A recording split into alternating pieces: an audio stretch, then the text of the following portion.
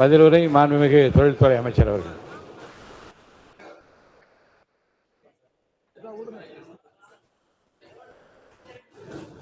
மாண்புமிகு பேரவைத் தலைவர் அவர்களே, தமிழ்நாட்டு மக்களின் நெஞ்சில் குடியிருக்கும் மாண்புமிகு முதல்வர் அவர்களே, மாண்புமிகு அமைச்சர் பெருமக்களே, மாண்புமிகு எதிர்க்கட்சி தலைவர் அவர்களே, மாண்புமிகு சட்டப்பேரவை உறுப்பினர்களே, எனக்கு சிவகாசி பொருந்தும் என்று கணித்த என் அண்ணன்கள் விஷ்ணு மற்றும் ஜான் ஆரோக்கியசாமி அவர்களுக்கும், என் திறமையை நம்பி வாய்ப்பு கொடுத்த என் அப்பா புசியானந்த் அவர்களுக்கும், ஆதவ் சார் அவர்களுக்கும் என் மிகுந்த நன்றி அண்ட் வணக்கம். நம் அன்பிற்குரிய முதல்வர் அவர்கள் தமிழ்நாட்டின் அடுத்த தலைமுறைகளும் வாழ்த்தக்கூடிய திட்டங்களை இந்த பட்ஜெட்டில் இடம்பெற செய்திருக்கிறார்கள். A politician thinks of the next election, a statesman thinks of the next generation என்று வின்ஸ்டன் சர்ச்சில் சொன்ன வார்த்தைகள் ஸ்டேட்ஸ்மேன் லீடர் ஆன நம் மாண்புமிகு முதல்வர் அவர்களுக்கு அப்படியே பொருந்தும். இந்த வரலாற்று முக்கியமான தருணத்தில் முக்கியத்துவம் மிகுந்த துறையான தொழில் முதலீட்டு ஊக்குவிப்பு மற்றும் வர்த்தகத்துறை பொறுப்பை எனக்கு வழங்கி பெண் இனத்தையே பெருமைப்படுத்தி இருக்கும் மாண்புமிகு முதல்வர் அவர்களுக்கு எனது சிரம் தாழ்ந்த வணக்கங்களை தெரிவித்துக் கொள்கிறேன். நம் முதல்வரின் அன்பு வேண்டுகோளை ஏற்று அரசியலுக்கு புதுமுகமான என்னை ஏற்றுக்கொண்டு சட்டமன்ற உறுப்பினராக தேர்வு செய்து இங்கே அனுப்பி வைத்துள்ள இந்தியாவின் குட்டி ஜப்பான் என பெருமையோடு அழைக்கப்படும் சிவகாசி தொகுதி மக்களுக்கு என் மனப்பூர்வமான நன்றிகளை தெரிவித்துக் கொள்கிறேன். எனது அன்பான பெற்றோர்களுக்கும் எனக்கு இப்போதும் வழிகாட்டிகளாக திகழும் என் மதிப்புக்குரிய ஆசிரியர் பெருமக்களுக்கும் இந்த நேரத்தில் நன்றியை தெரிவித்துக் கொள்கிறேன். ஒரு சாதாரண குடும்பத்து பெண் ஆன நானும் இங்கே இந்த பேரவையில் கம்பீரமாக அமர்ந்திருக்கும் சகோதரிகளும் எளிய பின்னணியில் இருந்து வந்திருக்கிறோம். ஆண்களுக்கே உரியதாக கருதப்பட்ட அரசியல் அரங்குகளில் நுழைந்து தைரியமாக எங்களால் களமாட முடிகிறது என்றால் அதற்கான தைரியத்தையும் ஊக்கத்தையும் தந்தவர் எங்கள் தலைவர் மாண்புமிகு முதல்வர் அவர்கள். நமது 5 கொள்கை தலைவர்களில் 2 பெண் தலைவர்களை இடம்பெற செய்து பெண் இனத்தையே பெருமைப்படுத்தி இருப்பவர் நம்முடைய அன்பிற்குரிய முதல்வர் அவர்கள். எளிமையான குடும்பத்தில் பிறந்து தமிழ் வழியில் பயின்று சிறுவயது திருமணத்தை மறுத்து கார்ப்பரேட் நிறுவனங்களில் பணி அனுபவம் பெற்று தலை நிமிர்ந்து நடக்க முயற்சிக்கும் என்னையே கூட தினந்தோறும் கேலி செய்து முடக்க பார்க்கிறது இந்த சமூகம். பெண் புத்தி பின் புத்தி என்று இகழ்வது இந்த சமூகத்தின் பொது புத்தி. நானும் இங்கே அமர்ந்திருக்கும் சகோதரிகளும் எத்தனையோ கேலி கிண்டல்களை புறம் தள்ளி துணிச்சலுடன் களமாடுகிறோம் என்றால் சிங்கப்பெண் என்ற அடைமொழி தந்து எங்களை உத்வேகப்படுத்த ஒரு அண்ணன் இருக்கிறார் என்ற அசாத்தியமான நம்பிக்கை தான் காரணம். பெண்களின் கைகளில் இருந்து சமையல் கரண்டியை பிடுங்கிவிட்டு புத்தகங்களை கொடுங்கள் என்று சொன்னார் எங்கள் கொள்கை தலைவர் பெரியார். பாலின சமத்துவம் பற்றி எல்லாரும் பேசுகிறார்கள். ஆனால் பொது வாழ்க்கைக்கு வருகிற பெண்கள் சந்திக்கிற பிரச்சனைகள் அதிகம். அத்தகைய ஒரு சூழ்நிலையில் பெண்களுடைய கண்ணியம் எந்த வகையிலும் பாதிக்கப்படக்கூடாது என்பதில் மிக உறுதியாக இருக்கக்கூடிய ஒரே தலைவர் நம்முடைய முதலமைச்சர் தளபதி அவர்கள். பெண்களின் கண்ணியத்துக்கு யாராவது இழுக்கு ஏற்படுத்தினால் அவர்கள் யாராக இருந்தாலும் சட்டம் அதன் கடமையை செய்யும் என்று செயல் மூலம் உணர்த்தக்கூடிய ஒரு முதலமைச்சர் இங்கு இருப்பதால் பெண்கள் தாங்கள் பாதுகாப்பான ஆட்சியின் கீழ் இருக்கிறோம் என்று மகிழ்ச்சியோடு இருக்கிறார்கள். பெண் குழந்தைகளின் கல்வியில் மட்டுமல்ல அவர்கள் எல்லா துறைகளிலும் சிறந்து விளங்க வேண்டும் என்பதில் பெரும் அக்கறை செலுத்திய மறைந்த முதலமைச்சர் புரட்சி தலைவி அம்மா அவர்களால் பெண்கள் முன்னேற்றத்திலும் பாதுகாப்பிலும் பெரும் உறுதுணையாக பக்கபலமாக தளபதி அவர்களும் தாவேகாவும் இருந்ததால் தான் மிக பெருவாரியான பெண்கள் தாய்மார்கள் கடந்த தேர்தலில் தளபதிதான் ஆட்சிக்கு வர வேண்டும் என்று மகத்தான தீர்ப்பை அளித்திருக்கிறார்கள். இந்த நேரத்தில் மிஷல் ஒபாமா சொன்ன ஒரே ஒரு ஸ்டேட்மெண்ட் மட்டும் நான் சொல்லணும்னு விருப்பப்படுறேன். Strong men who are truly role models don't need to put down women to make themselves feel powerful. People who are truly strong lift others up. People who are truly strong lift others up.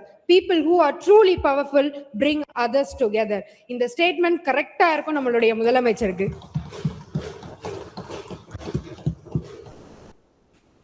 இது மட்டும் அல்லாம நம்மளுடைய மாண்புமிகு முதலமைச்சர் வந்த உடனே cotton import டியூட்டியை குறைச்சு தமிழகத்தில் பருத்தி உற்பத்தி பிற மாநிலங்களை ஒப்பிடுகையில் குறைவாகவும் அதன் நுகர்வு மிக அதிகமாகவும் உள்ளது. மேலும் பிற மாநிலங்களிலிருந்து பருத்தியை தமிழகத்திற்கு கொண்டு வருவதற்கு அதிகப்படியான போக்குவரத்து செலவு ஏற்படுவதால் போட்டி விலையில் பருத்தி கிடைப்பது தமிழக ஜவுளித்துறையின் வளர்ச்சிக்கு மிக அவசியமானதாகும். இந்த முக்கியத்துவத்தை உணர்ந்து தமிழக ஜவுளித்துறையின் நலனை கருத்தில் கொண்டு பருத்தி மீதான இறக்குமதி வரியை நீக்குமாறு மாண்புமிகு முதலமைச்சர் அவர்கள் உடனடியாக ஒன்றிய அரசுக்கு கடிதம் எழுதினார். அதன் தொடர்ச்சியாக ஒன்றிய அரசு ஜூன் 1 முதல் அக்டோபர் 31 வரை பருத்தி இறக்குமதிக்கான வரியிலிருந்து தற்காலிக விலக்கு அளித்துள்ளது. இந்த நடவடிக்கைக்காக மாண்புமிகு முதலமைச்சர் அவர்களுக்கு எங்களது மனமார்ந்த நன்றியை தெரிவித்துக் கொள்கிறோம். இதனால இந்த டெக்ஸ்டைல்ஸ் 10,000 முதல் 15,000 கோடி இதனால சேமிக்கப்படுறாங்க.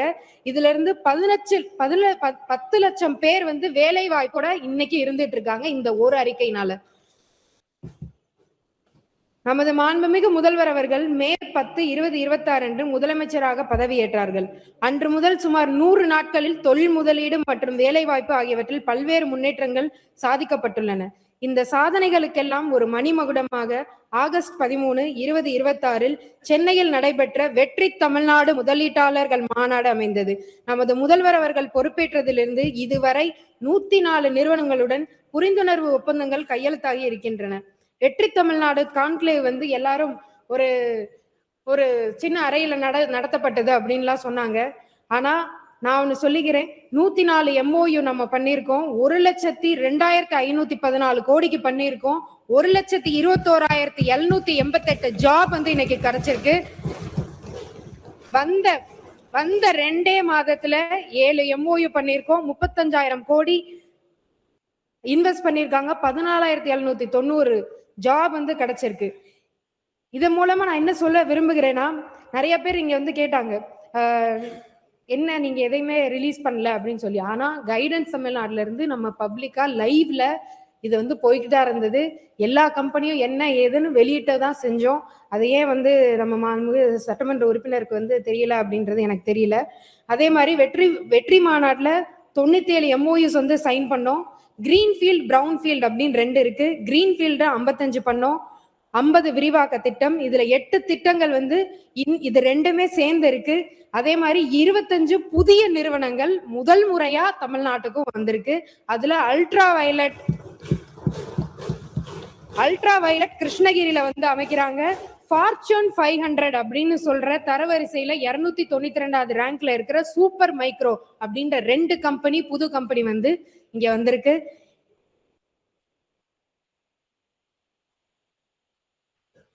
நூறு நாட்களில் 1 லட்சம் கோடி ரூபாய் முதலீடு உறுதி செய்யப்பட்டுள்ளது. இந்த முதலீடுகள் மூலமாக 1,21,788 வேலை வாய்ப்புகளும் உறுதி செய்யப்பட்டுள்ளன. இவையெல்லாம் ஜஸ்ட் ட்ரெய்லர் தான், மெயின் பிக்சர் இனிமேதான் வரும். 100 நாட்களில் நமது மாண்புமிகு முதல்வர் அவர்கள் தலைமையிலான அரசு 100 நாட்களில் 1 லட்சம் கோடி முதலீட்டை ஈர்த்துள்ளது என்ற சாதனையை கேட்டதும் சிலருக்கு பொறுக்கவில்லை. அது எப்படி சாத்தியம் என்ற பதற்றத்துடன் கேட்கிறார்கள். முதலீட்டாளர்களுக்கு மாபெரும் நம்பிக்கை தந்திருப்பது நம் தலைவர் கூறிய வார்த்தைகள். உங்களிடம் யாராவது லஞ்சம் கேட்டால் கொடுக்க முடியாது என்ற துணிச்சலாக சொல்லுங்க. இது எங்க தம்பி விஜய் ஆட்சி, இது எங்க பிள்ளை விஜய் ஆட்சி என்ற தைரியமாக சொல்லுங்க. நான் உங்களுடன் இருக்கிறேன் என்று அவர் வெளிப்படையாக அறிவித்ததால் தான் அவர் ஆட்சிக்கு வந்த பிறகு அரசு அலுவலகங்கள் 1 பைசா லஞ்சம் இல்லை. இது முதலீட்டாளர்கள் மத்தியில் பெரும் பேசு பொருளாக மாறிவிட்டது. வெற்றி தமிழ்நாடு முதலீட்டாளர்கள் மாநாட்டின் போது வெளிநாட்டு முதலீட்டாளர்கள் பலரும் இதற்காக முதல்வருக்கு நன்றி தெரிவித்தனர். நம் அன்பிற்குரிய முதல்வர் அவர்கள் தமிழ்நாட்டின் வளர்ச்சிக்கான தொலைநோக்கு திட்டத்தை அறிவித்துள்ளார். அதன் அடிப்படையில் தமிழ்நாட்டின் தொழில் வளர்ச்சிக்காக புதிய தொழில் கொள்கையை அரசு இறுதி செய்து வருகிறது. செமிகண்டக்டர், செயற்கை நுண்ணறிவு, ஆளில்லா விமானங்கள், உணவு பதப்படுத்துதல், உயிரியல் மருந்துகள் உள்ளிட்ட 20 உயர் வாய்ப்பு துறைகள் அடையாளம் காணப்பட்டுள்ளன. FDI அந்நிய நேரடி முதலீடு. நம் அன்பிற்குரிய முதல்வர் அவர்களின் வழிகாட்டுதலின்படி அந்நிய நேரடி முதலீட்டை ஈர்ப்பதற்கான பணிகள் தீவிரப்படுத்தப்பட்டுள்ளன. 16 நாடுகளை சேர்ந்த மற்றும் வெளிநாட்டு தலைமையகங்களை கொண்ட 30 திட்டங்கள் இவற்றில் மேற்கொள்ளப்பட்டு முதலீடு 22,268 கோடி அந்நிய நேரடி முதலீடுகள். இவை மொத்த முதலீடுகளில் 22% மேலும் 38,357 வேலை வாய்ப்புகள் உறுதி செய்யப்பட்டுள்ளன. முக்கிய நாடுகளை மட்டும் இங்கே குறிப்பிடுகிறேன். ஆஸ்திரேலியா 7,125 கோடி, ஜெர்மனி 4,400 கோடி, ஜப்பான் 2,651 கோடி, பிரான்ஸ் 2,021 கோடி, தென்கொரியா 6 திட்டங்கள், ஸ்ரீலங்கா 800 கோடி, 7,000 வேலை வாய்ப்புகள் ஜவுளித்துறையில். தமிழ் டயஸ்போரா. உலக தமிழ் சமூகத்துடனான தொடர்பை மேலும் வலுப்படுத்தும் வகையில் மாண்புமிகு முதலமைச்சர் அவர்கள் உலகம் முழுவதும் வாழும் புலம்பெயர் தமிழர்களுக்கு தங்கள் பூர்வீக மண்ணில் முதலீடு செய்யுமாறு அழைப்பு விடுத்து கடிதம் எழுதியுள்ளார். இதற்கு 120 பேர் பதிலளித்துள்ளனர். இதன் தொடர்ச்சியாக வெளிநாடுகளில் வாழும் தமிழர்களுக்கான முதலீட்டு ஊக்குவிப்பு பிரிவு வழிகாட்டி நிறுவனத்தின் கீழ் அமைக்கப்பட்டுள்ளது.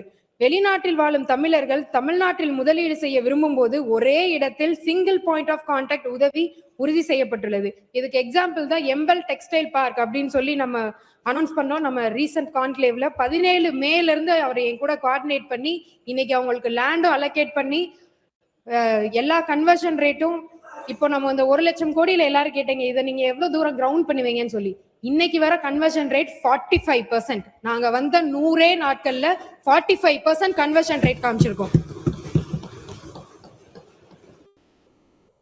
இது மட்டும் அல்லாம எந்தெந்த துறைகள்ல எத்தனை திட்டங்கள் கொண்டு வந்திருக்கோம். வாகனங்கள் மற்றும் மின்வாகனத்துறை 17 திட்டங்கள், 17,073 கோடி, 14,977 ஜாப் கிடைச்சிருக்கு. புதுப்பிக்கத்தக்க எரிசக்தி இந்த துறையில 15,787 கோடி. பொறியியல் உற்பத்தி துறையில 20 திட்டங்கள், 9,525 கோடி, 22,220 ஜாப். ஜவுளித்துறையில 16 திட்டங்கள், 7,871 கோடி, 24,876 ஜாப்ஸ். மின்னணுவியல் மற்றும் செமிகண்டக்டர் 10 திட்டங்கள், 5,893 கோடி, 7,236 ஜாப்ஸ். உயிர் அறிவியல் திட்டங்கள் 8 திட்டங்கள் கொண்டு வந்திருக்கோம். 33,893 கோடி இதுல இன்வெஸ்டர்ஸ் இன்வெஸ்ட் பண்ணியிருக்காங்க. வான்வெளி பாதுகாப்பு மற்றும் விண்வெளி 6 திட்டங்கள், 2,787 கோடி இதுல இன்வெஸ்ட் பண்ணியிருக்காங்க. தொழில்துறை பூங்காக்கள், கடல்சார் துறை, பொம்மைகள், ஆள் தொழில்நுட்பம் இதுல 8 திட்டங்கள் கொண்டு வரப்பட்டிருக்கு.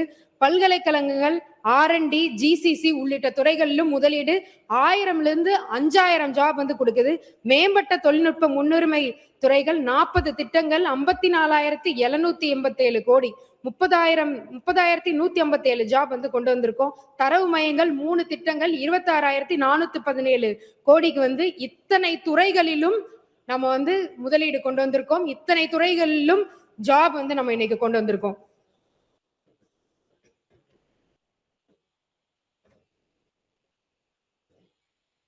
இங்க இருக்க சட்டமன்ற உறுப்பினர் கேட்டாரு ஆந்திராக்கு எல்லாமே போகுது அப்படின்னு சொல்லி. இது எப்படிப்பட்ட ஒரு நரேட்டிவ் என்றது எனக்கு தெரியவில்லை.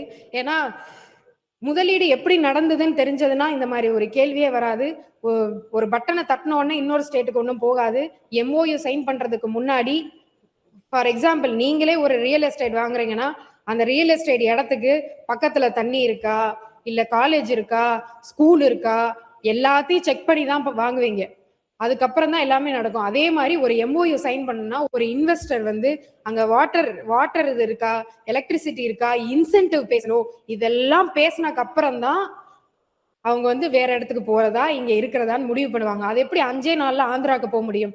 இந்த ஒரு பேசிக் அண்டர்ஸ்டாண்டிங் இருந்தா மட்டும்தான் இந்த மாதிரியான ஒரு பொய் உண்மைக்கு புறம்பான ஒரு இதை சொல்லணும்.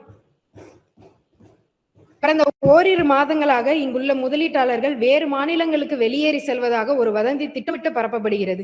பல்லாயிரம் கோடி முதலீடு செய்யும் எந்த ஒரு நிறுவனம் ஓரிரு வாரங்களில் அல்லது ஓரிரு மாதங்களில் திடீர் முடிவெடுத்து தங்கள் ஆலைகளை இடமாற்றிக்கொள்ள மாட்டார்கள் என்பது அடிப்படை அறிவுள்ள அனைவருக்கும் தெரியும். அப்படி ஓரிரு நிறுவனங்கள் இடம் மாறுவது என்பது அவர்கள் 6 மாதம் அல்லது ஓராண்டுக்கு முன் எடுத்த முடிவு. அதற்கு சான்றாக அப்போலோ டயர் ஆந்திர பிரதேசத்தில் உள்ள ஸ்ரீ சிட்டியில் ஏற்கனவே உள்ள தனது நிலத்தில் இந்த திட்டத்தை அமைக்கிறது. February 2026 தனது திட்டத்தை அறிவித்துள்ளது இந்த அரசு ஆட்சிக்கு வருவதற்கு முன்னர். ஆகவே இது எதுவும் புதிய விஷயம் அல்ல. ராயல் என்ஃபீல்ட் தமிழ்நாட்டில் ஏற்கனவே 4 ஆலைகளும் 1 R&D மையமும் நிறுவியுள்ளது. ஆந்திர பிரதேசத்தில் உள்ள திட்டம் இந்நிறுவனத்தின் 5வது திட்டமாகும்.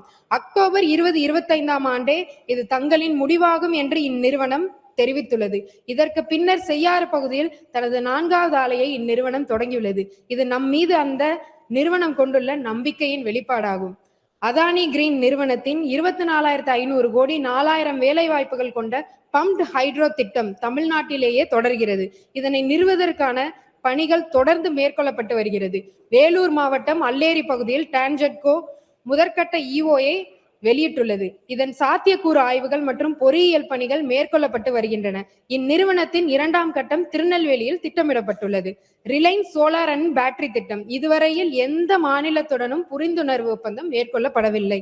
நிறுவனத்திடமிருந்து கிடைத்த தகவல்களின்படி இதுவரை இறுதி முடிவு எதுவும் எடுக்கப்படவில்லை. அதே வேளையில் தமிழ்நாட்டுடன் மேற்கொள்ளப்பட்டுள்ள புரிந்துணர்வு ஒப்பந்தம் 11,760 கோடி மற்றும் 7,000 நேரடி மற்றும் சுமார் 43 மறைமுக வேலைவாய்ப்புகள் திட்டத்திற்கான பணி நடைபெற்று வருகிறது. இத்திட்டத்திற்கான நிலம் கையகப்படுத்தும் பணிகள் மேற்கொள்ளப்பட்டு வருகிறது. கூகுள் தரவு மையம் தொடக்கம் முதலே இந்நிறுவனத்தின் தேர்வு ஆந்திர பிரதேசம் என்றுதான் இருந்து வந்துள்ளது. தமிழ்நாடு போட்டியே இல்லை. தமிழ்நாடு முதல் 100 நாட்களிலேயே 26,417 கோடி முதலீடுகள் அளவிற்கான உறுதிப்பாடுகளை தரவு மையங்களில் ஈர்த்துள்ளது. அக்னி அஸ்திரா இதை இழந்த திட்டமாக கருத இயலாது. திட்டமிட்டு மேற்கொள்ளப்பட்ட கொள்கை முடிவு. ஏனெனில் வெடிமருந்து உற்பத்தி திட்டங்களுக்கு பாதுகாப்பு இடைவெளியாக ஆயிரக்கணக்கான ஏக்கர் தேவைப்படுகிறது. பாதுகாப்பு துறையில் முதலீடுகளை ஈர்க்கும் உறுதிப்பாடு தொடர்ந்து வெளிப்படுகிறது. 100 நாட்களில் 2,787 கோடி முதலீடு என்ற அளவில் 6 வான்வெளி மற்றும் பாதுகாப்பு திட்டங்கள் ஈர்க்கப்பட்டுள்ளன. இதில் தூத்துக்குடியில் மேற்கொள்ளப்பட்டுள்ள அக்னிகுல் மற்றும் ஸ்கைரூட் திட்டங்களும் அடங்கும். தென்கொரியா பயணம் HD ஹூண்டாய். நான் இதை சொல்லியே ஆகணும். நான் சவுத் கொரியா போனப்போ இங்க HD ஹூண்டாய் பார்த்தோம், மோட்டிவ் லிங்க் பார்த்தோம். இந்த மாதிரி ஒரு 5 கம்பெனி பார்த்ததுல ஆந்திரா அங்க இருக்கிற அமைச்சரும் போய் பார்த்தாரு. ஆனா அவர் அங்க சூஸ் பண்ணல, இங்கதான் சூஸ் பண்ணி இங்க MOU பண்ணி நம்ம கிட்டதான் இருக்கிறாங்களே தவிர இதை யாரும் எடுத்து அதை சொல்லவே இல்லையே. தேடி வரும் நிறுவனங்களை வரவேற்று ஆதரித்து அரவணைத்து அவை தொடர்ந்து தமிழ்நாட்டில் விரிவாக்கம் செய்ய உதவுவதுதான் நமது பாசிட்டிவ் அணுகுமுறை. இங்கே ஒரே ஒரு உதாரணத்தை குறிப்பிட விரும்புகிறேன். மோட்டிலிங்க் தமிழ்நாட்டில் 300 கோடி ரூபாய் முதலீடு செய்ய முடிவு செய்துள்ளது. இதற்காக நாங்கள் தென்கொரியாவுக்கே சென்று அந்த நிறுவனத்துடன் பேச்சுவார்த்தை நடத்தினோம். ஆந்திர பிரதேசம் இந்த திட்டத்திற்கு போட்டியிட்டது. அதே மாநிலத்தின் தொழில் அமைச்சர் அவர்களும் தென்கொரியா சென்று பேசினார். இதுதான் உண்மை. பின்தங்கிய மாவட்டங்களில் நில வங்கி உருவாக்குதல். பின்தங்கிய மாவட்டங்களில் நில வங்கியை உருவாக்கும் முயற்சியில் அரியலூர், புதுக்கோட்டை, விருதுநகர், தூத்துக்குடி, திருநெல்வேலி, திருவண்ணாமலை மற்றும் தர்மபுரி ஆகிய பின்தங்கிய மாவட்டங்களில் 11/5/2026 முதல் தற்போது வரை 3,614 ஏக்கர் நிலங்கள் நிலையெடுப்பு நில உரிமை மாற்றம் செய்யப்பட்டு சிப்காட் நில வங்கியின் இருப்பில் உள்ளது. ஏனைய பின்தங்கிய மாவட்டங்களில் நிலம் கண்டறியப்பட்ட நிலையெடுப்பு நடவடிக்கை எடுக்கப்பட்டு வருகிறது. பின்தங்கிய மாவட்டங்களில் முதலீடு ராமநாதபுரத்துல ஒரு பின்தங்கிய மாவட்டம். அங்க கோத்தாரின்ற ஒரு இன்வெஸ்டர் இன்வெஸ்ட் பண்ணியிருக்காங்க. நான் லெதர் ஷூ 10,000 ஜாப் கிடைக்கிறது. புதுக்கோட்டையில 3,500 ஜாப் கிடைக்குது. வேலூர்ல 3,000 ஜாப் கிடைக்குது. சிவகங்கையில 1,600 ஜாப் கிடைக்குது. நாமக்கல், கடலூர், திண்டுக்கல், திருவண்ணாமலை மற்றும் விருதுநகர் இதுல எல்லாத்துலயும் PM மித்ரா பார்க்ல வருது. 13 திட்டங்கள் 1 அல்லது அதற்கு மேற்பட்ட மாவட்டங்களில் மேற்கொள்ளப்பட்டுள்ளன. பிற்படுத்தப்பட்ட மாவட்டங்கள்ல கண்டிப்பா நம்ம இண்டஸ்ட்ரி கொண்டு வருவோம்னு சொல்லி நம்மளுடைய வாக்குறுதியிலேயே கொடுத்திருந்தோம். அதை நாங்க ஃபர்ஸ்ட் MOUலயே நாங்க காமிச்சிட்டோம். இத்தனை 13 மாவட்டங்கள்ல நாங்க கொண்டு வந்திருக்கோம். சிப்காட் தொழிற்பூங்காக்களில் தொழில் நிறுவனங்களுக்கு மனை ஒதுக்கீடு செய்வதில் 100% வெளிப்படைத்தன்மையை உறுதி செய்யும் பொருட்டு வெளிப்படையான மற்றும் எளிமைப்படுத்தப்பட்ட நில ஒதுக்கீடு நடைமுறைகள் மற்றும் முழுமையான டிஜிட்டல் மயம் மூலம் தடையற்ற சேவை வழங்க சிப்காட் நிறுவனம் புதிய முன்னெடுப்பு நடவடிக்கைகள் மேற்கொண்டு வருகிறது. இது பற்றிய விரிவான திட்ட விவரத்தை எனது அறிவிப்புகளில் தெரிவிக்க விரும்புகிறேன். ஏன்னா இந்த இதுலதான் எவ்வளவு பெரிய ஒரு ஸ்கேம்னு சொல்லக்கூடாதுன்னு சொல்லுவீங்க, எவ்வளவு பெரிய நஷ்ட ஈடு நம்ம கவர்மெண்ட்டுக்கு நடந்ததுன்னு தெரியும். இதனாலதான் முதலீட்டாளர்கள் இங்கிருந்து மகாராஷ்டிராவுக்கு போனாங்கன்னு அதிமுகலயே முன்னாடி இதுல வாதாடி இருக்காங்க. அதனால இதற்கான புதிய திட்டம் நான் கொண்டு வந்துட்டு இருக்கோம். டிரான்ஸ்பரன்சி அப்படின்ற ஒரு ரீசனுக்காக தமிழ்நாட்டில் மொத்தம் உள்ள 54 சிப்காட் தொழில் பூங்காக்களில் அன்னைக்கு நான் பொட்டல் காடுன்னு ஒரு வார்த்தை சொன்னதுக்கு நிறைய பேர் எடுத்து பேசியிருந்தாங்க. அதுக்கான டேட்டாவை நான் சமர்ப்பிக்க விரும்புறேன். தமிழ்நாட்டில் மொத்தம் உள்ள 54 சிப்காட் தொழில் பூங்காக்களில் 8 தொழில் பூங்காக்களில் சாலை வசதிகள் இல்லை. 15 தொழில் பூங்காக்களில் நீர் வசதி இல்லை. 14 தொழில் பூங்காக்களில் துணை மின் நிலையம் இல்லை. இத்தனை இல்லைன்றப்போ இன்வெஸ்டர் எப்படி இங்க ஒரு இன்வெஸ்ட் பண்ண முடியும்? ஒரு பேசிக் இன்ஃப்ராஸ்ட்ரக்சர் இல்லாத ஒரு சிப்காட்டை வச்சு ஏன் நீங்க இவ்வளவு நாள் நடத்துனீங்க? தீயணைப்பு நிலையங்கள் இல்லை. 47 தொழில் பூங்காக்களில் சுகாதார மையங்கள் இல்லை. இது போன்ற கட்டுமான இடைவெளியை குறைக்க துரித நடவடிக்கை மேற்கொள்ளப்பட்டு தொழில்துறையின் முன்னேற்றத்திற்கு இந்த அரசு வழிவகுக்கும். மேலும் பல்வேறு தொழிற்பூங்காக்களில் பணிபுரியும் மகளிர்களுக்கு தேவையான தங்குமிட வசதி படிப்படியாக அனைத்து தொழிற்பூங்காக்களிலும் ஏற்பாடு செய்யப்படும். மேலும் தமிழ்நாடு வாழ்விட மேம்பாடு கழகம் மூலம் கட்டி முடிக்கப்பட்டு பயன்பாடு இல்லாத 25,000 குடியிருப்புகளை தொழிற்பூங்காவில் உள்ள பணியாளர்கள் பயன்படுத்திக் கொள்ள நடவடிக்கை எடுக்க முயற்சிப்போம். தொழிற்சாலை விபத்துகளை குறைக்க தொழிற்பூங்காவில் உள்ள தொழில் நிறுவனம் மற்றும் ஏனைய பகுதிகளில் உள்ள தொழிற்பூங்காக்களின் பாதுகாப்பு செயல்பாடு நடவடிக்கைகளை கண்காணிக்க சிறப்பு முயற்சி எடுக்கப்பட உள்ளது. இதை பற்றி என்னுடைய அறிவிப்புல நான் சொல்லிடுறேன். வெற்றி தமிழகம் தொலைநோக்கு திட்டம். மொத்தமுள்ள 436 வெற்றி தமிழகம் தொலைநோக்கு திட்டத்தில் தொழில்துறைக்கு மட்டும் 37 திட்டங்களை பிரத்யேகமாக வடிவமைத்து கொடுத்துள்ளார்கள். இத்திட்டத்தில் ஒட்டுமொத்த மாநிலத்திற்கான வளர்ச்சிக்காகவும் அதே போன்று ஒவ்வொரு மண்டலம் வாரியாக எடுக்கப்பட வேண்டிய முன்னெடுப்புகள் பற்றியும் விரிவாக திட்ட அறிக்கையில் நான் வெளியிடுகிறேன். இந்த அளவிற்கு தொழில் வளர்ச்சி தான் நாட்டின் இளைஞர்களின் நாட்டின் எதிர்காலம் என நன்கு அறிந்த நம் முதல்வர் தொழில் வளர்ச்சிக்கு முக்கியத்துவம் தந்து தொலைநோக்கு திட்டங்களை தந்துள்ள மாண்புமிகு தமிழ்நாடு முதலமைச்சர் அவர்களுக்கு மனமார்ந்த நன்றிகளை தெரிவித்துக் கொள்கிறேன். பாரத் பாவியா ஸ்கீம், அதாவது நாங்க ரீசெண்டா ஒரு டெல்லியில ஒரு கான்ஃபரன்ஸ் நடந்தது. அங்க இவ்வளோ நாள் 9 வருடம் ஒரு இண்டஸ்ட்ரி காரிடோர் அது 9 வருடம் புறக்கணிக்கப்பட்டிருக்கு. ஒரு அரசியல் காரணங்களுக்காக அது ஏன் புறக்கணிக்கப்பட்டிருக்கு? நாம போய் அங்க பார்க்கும்போது அதர் ஸ்டேட் எல்லாம் பில் பண்ணி அங்க இன்வெஸ்ட்மெண்ட் கொண்டு பல விஷயங்களை முடிச்சு வச்சிருக்காங்க. ஆனா இன்னைக்கு வரை நம்ம கிட்ட இண்டஸ்ட்ரியல் காரிடரே கிடையாது. அதனால கடந்த ஆகஸ்ட் 17ஆம் தேதி நான் மாண்புமிகு மத்திய நிதியமைச்சர் அவர்களை சந்தித்த போது சென்னை தூத்துக்குடி பெருவழித்தடத்தில் முன்னேற்றமில்லை என்று தெரிவித்தார்கள்.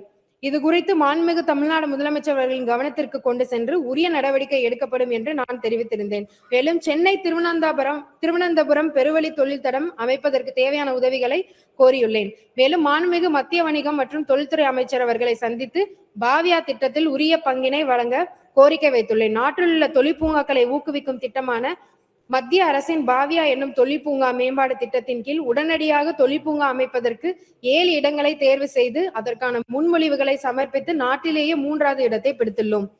ஓசூர் புதிய விமான நிலையம். ஓசூர் தொழில் நகரத்தின் பயணிகள் போக்குவரத்து மற்றும் தொழிற்சாலைகளின் சரக்கு தேவைகளை பூர்த்தி செய்ய புதிய விமான நிலையம் அமைக்க முயற்சிகள் மேற்கொள்ளப்பட்டுள்ளன. HAL மற்றும் இந்திய விமானப்படை கட்டுப்பாட்டில் உள்ள வான்வெளி காரணமாக பாதுகாப்புத்துறை அமைச்சகம் ஒப்புதல் வழங்கவில்லை. தமிழ்நாடு அரசு பிளெக்சிபிள் யூஸ் ஆஃப் ஏர்ஸ்பேஸ் கொள்கையின் அடிப்படையில் HAL மற்றும் ஓசூர் ATC இடையே ஒருங்கிணைப்பு சாத்தியம் என வலியுறுத்தியுள்ளது. நிலம் கையகப்படுத்துவதற்கு மக்கள் எதிர்ப்பு தெரிவிப்பதால் நில எடுப்பினால் அப்பகுதி மக்கள் பாதிக்கப்படாதவாறு இத்திட்டத்தை செயல்படுத்த நடவடிக்கை மேற்கொள்ளப்படும். அதனால ஓசூர் ஏர்போர்ட் இருக்கு, கொஞ்சம் வெயிட் பண்ணி பாருங்க, நாங்க கண்டிப்பா பண்ணி காமிக்கிறோம். வேலூர் விமான நிலையம் 51.89 ஏக்கர் நிலம் 2018 ஒப்படைக்கப்பட்டுள்ளது. அனைத்து உட்கட்டமைப்பு பணிகளும் முடிவடைந்துள்ளன. இந்த விமான நிலையம் கோட் 1B வகை 20 இருக்கைகள் வரை விமானங்களுக்கு ஏற்றது. மேலும் ஒரே நேரத்தில் 2 விமானங்களை கையாளும் திறன் கொண்டது. ராமநாதபுரம் பசுமை விமான நிலையம். சுற்றுலா மற்றும் பிராந்திய வளர்ச்சியை மேம்படுத்த ராமேஸ்வரத்திற்கு அருகில் புதிய விமான நிலையம் அமைக்க திட்டமிடப்பட்டுள்ளது. கும்பரம் மற்றும் மாணிக்கநேரி ஆகிய 2 இடங்களை ஏர்போர்ட் அத்தாரிட்டி ஆஃப் இந்தியா ஆய்வு செய்ததில் மாணிக்கநேரி 600 ஏக்கர் இடம் பொருத்தமானதாக தேர்வு செய்யப்பட்டுள்ளது. மத்திய அரசிற்கு ஒப்புதல் கோரி கருத்துரு அனுப்பப்பட்டு நிலம் கையகப்படுத்தும் பணிகள் தொடங்கப்பட்டுள்ளன. உளுந்தூர்பேட்டை விமான ஓடுதளத்தை மீண்டும் பயன்பாட்டிற்கு கொண்டு வர தமிழ்நாடு அரசின் நடவடிக்கை. உளுந்தூர்பேட்டையில் பயன்பாட்டில் இல்லாத விமான ஓடுதளத்தை மீண்டும் பயன்பாட்டிற்கு கொண்டு வந்து வான்வெளி ஆராய்ச்சி, விமான சோதனை மற்றும் திறன் மேம்பாட்டிற்கான வசதிகளை உருவாக்க தமிழ்நாடு அரசு நடவடிக்கை மேற்கொண்டு வருகிறது. இதற்காக டிட்கோ, IIT மெட்ராஸ் இணைந்து விமான சோதனை மையம் அமைக்க திட்டமிட்டு தேவையான நிலம் மற்றும் அனுமதிகள் தொடர்பாக ஒன்றிய பாதுகாப்பு அமைச்சகத்துடன் தமிழ்நாடு அரசு தொடர்ந்து ஒருங்கிணைத்து வருகிறது. வான்வெளி மற்றும் பாதுகாப்பு தொழில் உட்கட்டமைப்பு மேம்பாடு. சூலூர், கோயம்புத்தூர் மாவட்டம். தமிழ்நாடு பாதுகாப்பு தொழில் வழித்தடத்தின் முக்கிய மையமான கோயம்புத்தூர் மாவட்டத்தில் சூலூரில் வான்வெளி மற்றும் பாதுகாப்பு தொழில்களுக்கான சோதனை வசதிகளை மேம்படுத்த விமானப்படை நிலையத்தில் உள்ள 2.965 ஏக்கர் பாதுகாப்புத்துறை நிலத்தை பயன்படுத்த ஒன்றிய அரசிடம் தமிழ்நாடு அரசு அனுமதி கோரியுள்ளது. சுமார் 1000 கோடி முதலீடுகளை ஈர்க்கும் இத்திட்டத்தை விரைந்து செயல்படுத்த இந்திய விமானப்படை மற்றும் பாதுகாப்பு அமைச்சகத்துடன் தொடர்ந்து தமிழ்நாடு அரசு நடவடிக்கை மேற்கொண்டு வருகிறது. சோழாவரம் ஓடுதளத்தில் ஆளில்லா விமான இயக்க சோதனை வசதி. தமிழ்நாட்டின் ஆளில்லா விமான தொழில்நுட்ப வளர்ச்சியை வலுப்படுத்த வல்லம் வடகல் சோதனை மையத்திற்கு அருகிலுள்ள சோழவரம் பாதுகாப்பு துறை ஓடுதளத்தை மேம்படுத்தி மீடியம் ஆல்டிடியூட் லாங் என்டூரன்ஸ் மற்றும் ஹை ஆல்டிடியூட் லாங் என்டூரன்ஸ் வகை ஆளில்லா விமானங்களின் இயக்க சோதனைகளுக்கும் பயன்படுத்த தமிழ்நாடு அரசு முன்மொழிந்துள்ளது.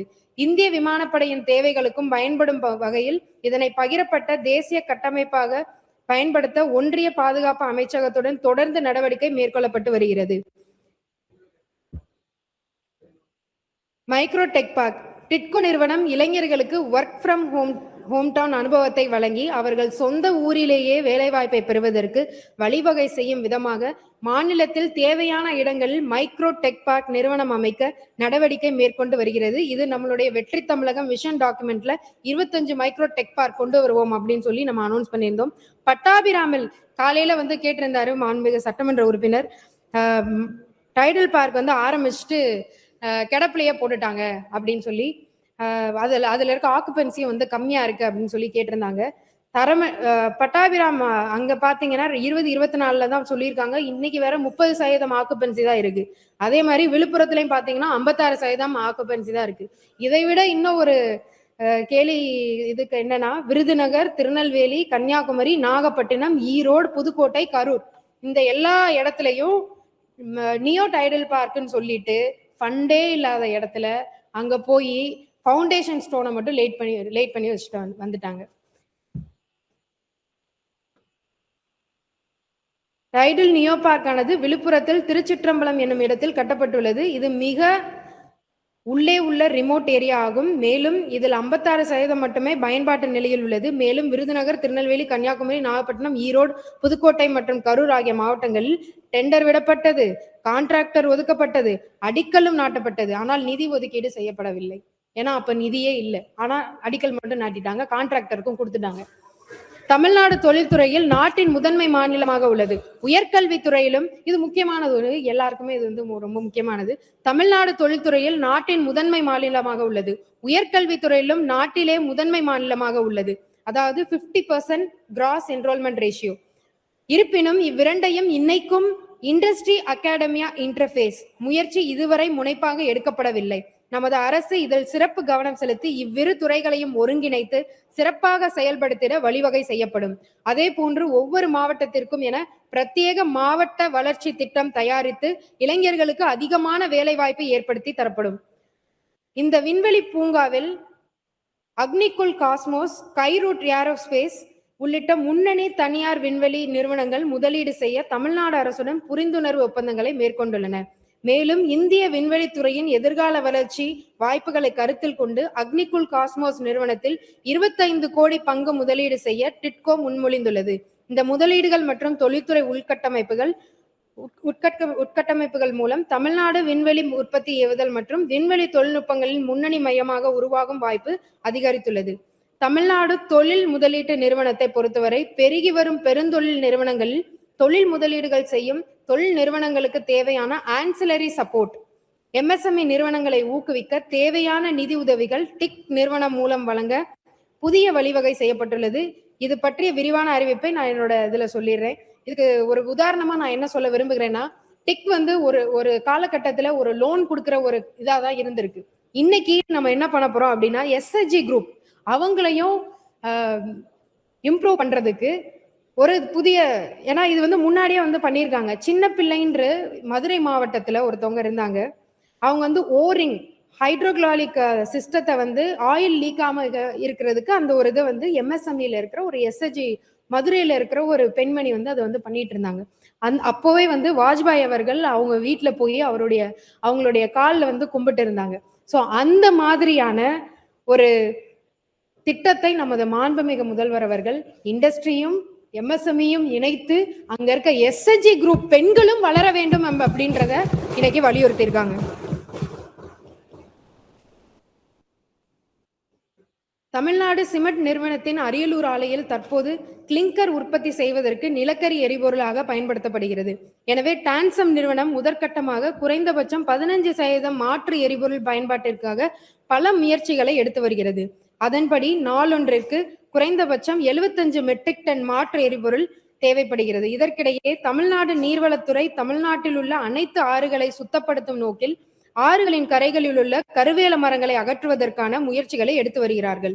அதைத் தொடர்ந்து நீர்வளத்துறை டான்சம் நிறுவனத்தில் கருவேல மரங்களை மாற்றி எரிபொருளாக பயன்படுத்த அணுகினர். நிலக்கரிக்கு பதிலாக கருவேல மரம் மாற்று எரிபொருளை 15% பயன்படுத்தும் போது ஆண்டுக்கு 10 கோடிக்கு அதிகமாக சேமிப்பு கண்டறியப்பட்டது. எனவே நீர்வளத்துறையிலிருந்து கருவேல மர மாற்று எரிபொருளை வாங்குவதற்காக கருத்துறை இயக்குனர் குழுமத்தில் ஒப்புதல் பெறப்பட்டது. விரைவில் டான்சம் நிறுவனம் சீம கருவேல எரிபொருளை மாற்று எரிபொருளாக பயன்படுத்தும். இந்த சீமை கருவேலம் உள்ளிட்ட மாற்று எரிபொருட்களை பயன்படுத்துவதற்கு தேவையான பெல்ட் கன்வேயர் 1.41 கோடி மதிப்பீட்டில் நிறுவப்பட உள்ளது. கொதிகலன்கள் நிலக்கரி எரிப்பதற்கு முதன்மையான வடிவமைக்கப்பட்டுள்ளது. குறைந்த அளவில் நிலக்கரியுடன் சேர்க்கப்பட்டு கொதிகலனில் எரியூட்டலாம். தற்போது ஒரு நாளைக்கு 500 முதல் 700 டன் வரை கரும்பு சக்கை தூள்கள் கொதிகலனில் எரிபொருளாக பயன்படுத்தப்படுகிறது. இந்நிறுவனத்தின் சிமெண்ட் சூளையில் எரிபொருளாக பயன்படுத்துவதற்காக தினமும் 50 முதல் 70 டன் வரை மரத்தூள்கள் மற்றும் 3 முதல் 5 டன் நகராட்சி கழிவுகள் ஆகியவற்றையும் இந்நிறுவனம் பயன்படுத்தி வருகிறது. தமிழ்நாடு உப்பு நிறுவனத்தின் உற்பத்தி தொடர்ந்து குறைந்து வருகின்றது.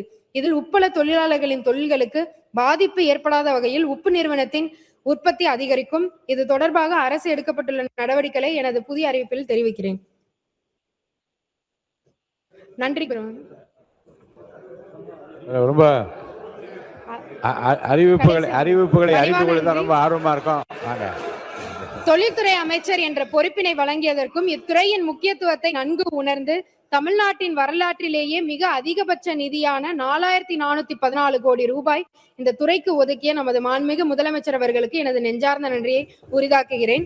தொழில் முதலீட்டு ஊக்குவிப்பு மற்றும் வர்த்தக முதலீட்டாளர்களுக்கு சிவப்பு கம்பள வரவேற்பு, ஒற்றை சாளர அனுமதிகள், தொடர்ச்சியான கட்டமைப்பு மேம்பாடு, சுமூகமான வியாபார சூழல் பேணுதல், தொழில்நுட்ப அடிப்படையிலான அதிவேக வளர்ச்சி, தமிழ்நாட்டின் பின்தங்கிய பகுதிகளுக்கும் சமநிலை வளர்ச்சி, இளைஞர்களுக்கு உயர்திறன் வேலைவாய்ப்புகள் போன்ற கொள்கைகளில் எந்தவித சமரசமும் கூடாது என்று நமது மாண்புமிகு முதல்வர் அவர்கள் எங்கள் துறைக்கு வழிகாட்டியுள்ளார். இந்த தெளிவான கொள்கை வழிகாட்டுதல், இவற்றை சாதிப்பதற்கான உத்வேகம் மிக்க உழைப்பு, இவற்றின் விளைவாக தமிழ்நாட்டை 2036க்குள் 1.5 டிரில்லியன் டாலர் பொருளாதாரமாக மாற்ற வேண்டும் என்ற நமது மாண்புமிகு முதல்வர் அவர்களின் பிரம்மாண்ட கனவு இலக்கு நனவாக போவது உறுதி. மாண்புமிகு வெற்றி முதலமைச்சர் அமைத்த சிறப்பான திட்டங்களை செயல்படுத்துவதற்காக தொழில் நிறுவனங்கள் விரைவாக நிறுவப்பட உள்ளது. அவ்வாறு நிறுவப்பட தேவையான உதவிகளான நிலையெடுப்பு பணிகளை விரைந்து செயல்படுத்த உதவிட மாண்புமிகு வருவாய்த்துறை அமைச்சர் அவர்களையும், நீர்நிலைகளுக்கான தடையின்மை சான்றிதழ் ஒப்புதலை விரைவுபடுத்தி வழங்கிட மாண்புமிகு நீர்வளத்துறை அமைச்சர் அவர்களையும், மின் கட்டுமான வசதிகளை விரைவுபடுத்தி வழங்கிட மாண்புமிகு மின்சார மற்றும் எரிசக்தி துறை அமைச்சர் அவர்களையும், சுற்றுச்சூழல் சார்ந்த அனுமதிகளை வழங்கிட மாண்புமிகு சுற்றுச்சூழல் அமைச்சர் அவர்களையும் அன்புடன் கேட்டுக்கொள்கிறேன். இந்த நேரத்தில் அனைத்து மாண்புமிகு அமைச்சர் பெருமக்களுக்கும் எனது மனமான நன்றியை தெரிவித்துக் கொள்கிறேன்.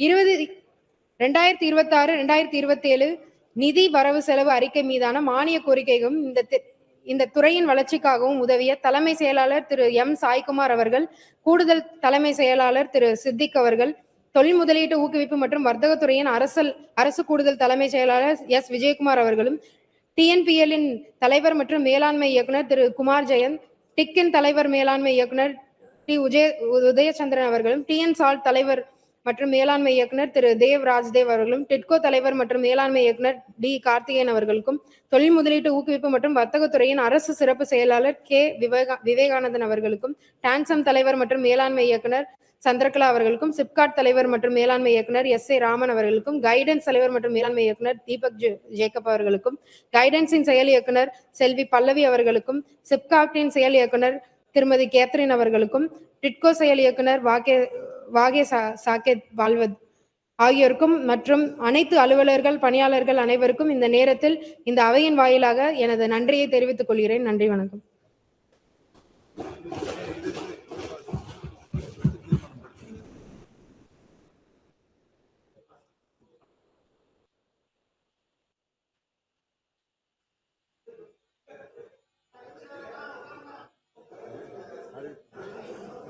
அமெரிக்கா மாண்பு மாண்பு மாண்பு அமைச்சர், அறிவிப்புகள் வெளியிடுறீங்களா?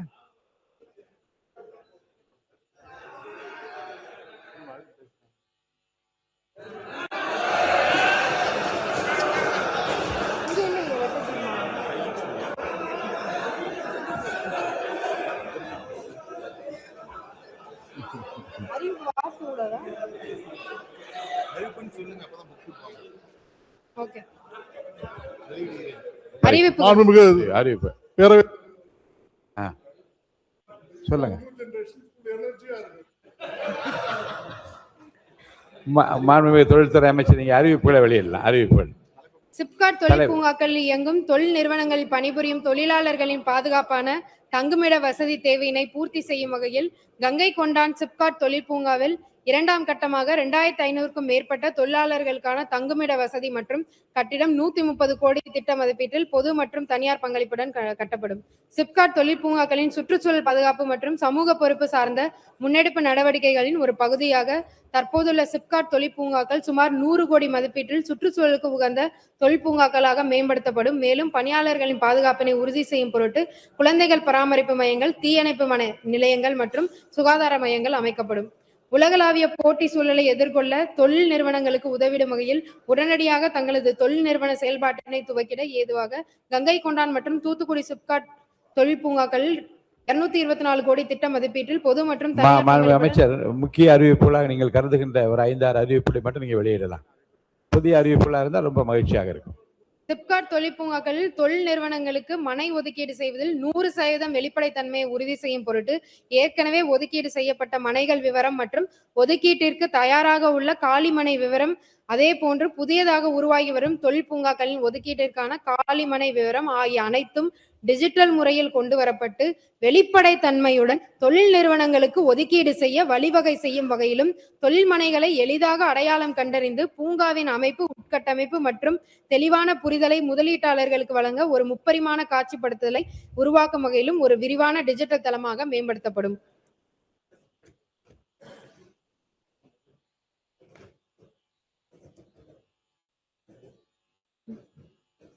விழுப்புரம் மாவட்டத்துக்கு ஒரு அறிவிப்பு இருக்கு, நாமக்கல் மாவட்டத்துக்கு ஒரு அறிவிப்பு இருக்கு, புதுக்கோட்டை மாவட்டத்துக்கு ஒரு அறிவிப்பு இருக்கு.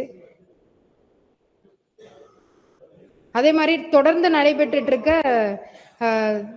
இந்த ஆக்சிடென்ட்ஸ் எல்லாத்தையும் கம்மி பண்றதுக்கு சிப்காட் தொழிற்பூங்காக்களில் பாதுகாப்பு இணைக்கப்பாடுகள் மற்றும் கண்காணிப்பினை வலுப்படுத்தும் வகையில் மொபைல் செயலி மற்றும் இணையதளத்துடன் கூடிய டிஜிட்டல் கண்காணிப்பு அமைப்பு செயல்படுத்தப்படும். இதனால ஆக்சிடென்ட் கம்மி ஆகிறது நம்ம உறுதுணை செய்யலாம்.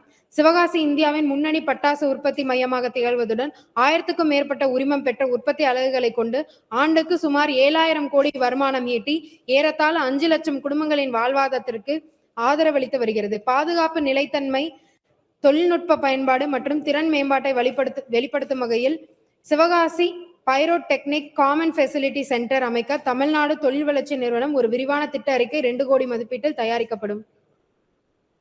தமிழ்நாட்டில் செமிகண்டக்டர் துறையில் முதலீட்டை ஈர்ப்பதற்கு மத்திய அரசின் செமிகான் 1.0 திட்டத்தில் முழுமையாக பயன்பெற இயலவில்லை.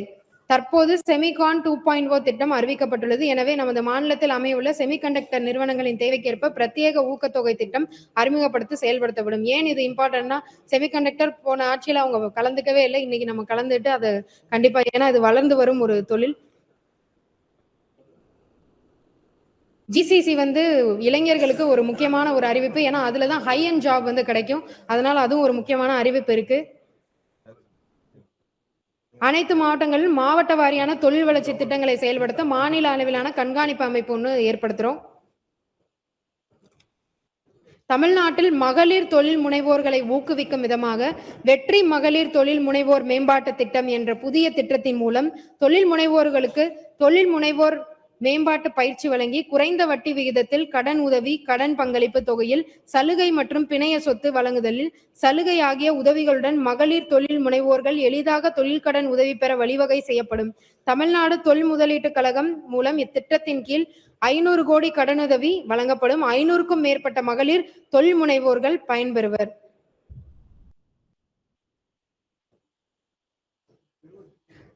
தமிழ்நாடு செய்தித்தாள் மற்றும் காகித நிறுவனம் ஆண்டொன்றுக்கு 5000 மெட்ரிக் டன் உற்பத்தி திறன் கொண்ட வெற்றி நோட்டு புத்தகங்கள் தயாரிக்கும் தொழில் அலகு ஒன்று கரூர் மாவட்டம் மாயனூரில் 6 கோடி மதிப்பீட்டில் அமைக்கப்படும்.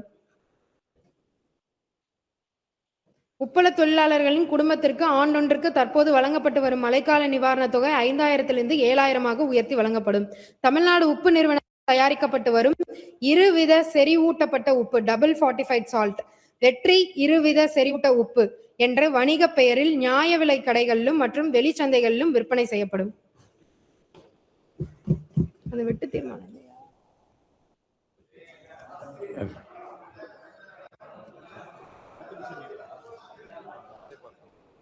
வெட்டு தீர்மானம் திரும்ப பெறும். தொழில் முதலீட்டு ஊக்குவிப்பு மற்றும் வர்த்தக துறையில் மாண்புமிகு உறுப்பினர்கள் அளித்துள்ள வெட்டு தீர்மானங்கள் அனைத்தையும் படித்து பார்த்தேன். அவற்றிற்கு எனது பதிலுரையில் விளக்கம் அளித்திருப்பேன் என கருதுகிறேன். விடுபட்ட வெட்டு தீர்மானங்களை மாண்புமிகு முதலமைச்சரின் கவனத்திற்கு கொண்டு சென்று பரிசீலிக்கப்படும். மாண்புமிகு உறுப்பினர்கள் அளித்துள்ள வெட்டு தீர்மானங்களை திரும்ப பெற்றுக் கொள்ளுமாறு கேட்டுக்கொள்கிறேன்.